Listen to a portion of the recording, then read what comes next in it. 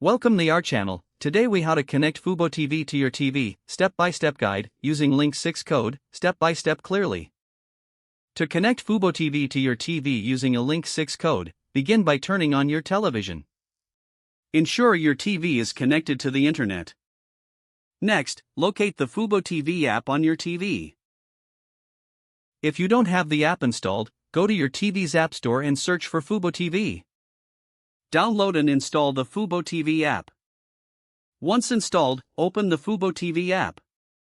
You will see a sign-in option on the screen. Select the sign-in option. You will be presented with a unique Link6 code. Take note of this code. Now, using a separate device like your smartphone or computer, open a web browser. Navigate to the FuboTV activation page. On the activation page, enter the Link6 code you noted earlier. Click on the Submit button.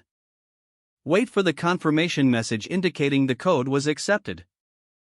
Return to your TV. You should see a message confirming that your TV is now linked to your FuboTV account.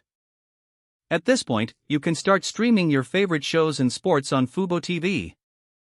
If you encounter any issues during this process, double-check your internet connection. You can also try restarting the app on your TV. That concludes the steps to connect FuboTV to your TV using a Link6 code. If the page does not load, refresh the browser or try again in a private or incognito window. Make sure you are using the correct email address, then retype it carefully to avoid small typos. If your password is not accepted, use the reset option and create a new strong password you can remember. Check your spam folder for verification or security emails, then complete any requested confirmation steps. Enable two-factor authentication if available to improve account security and reduce unauthorized access risk.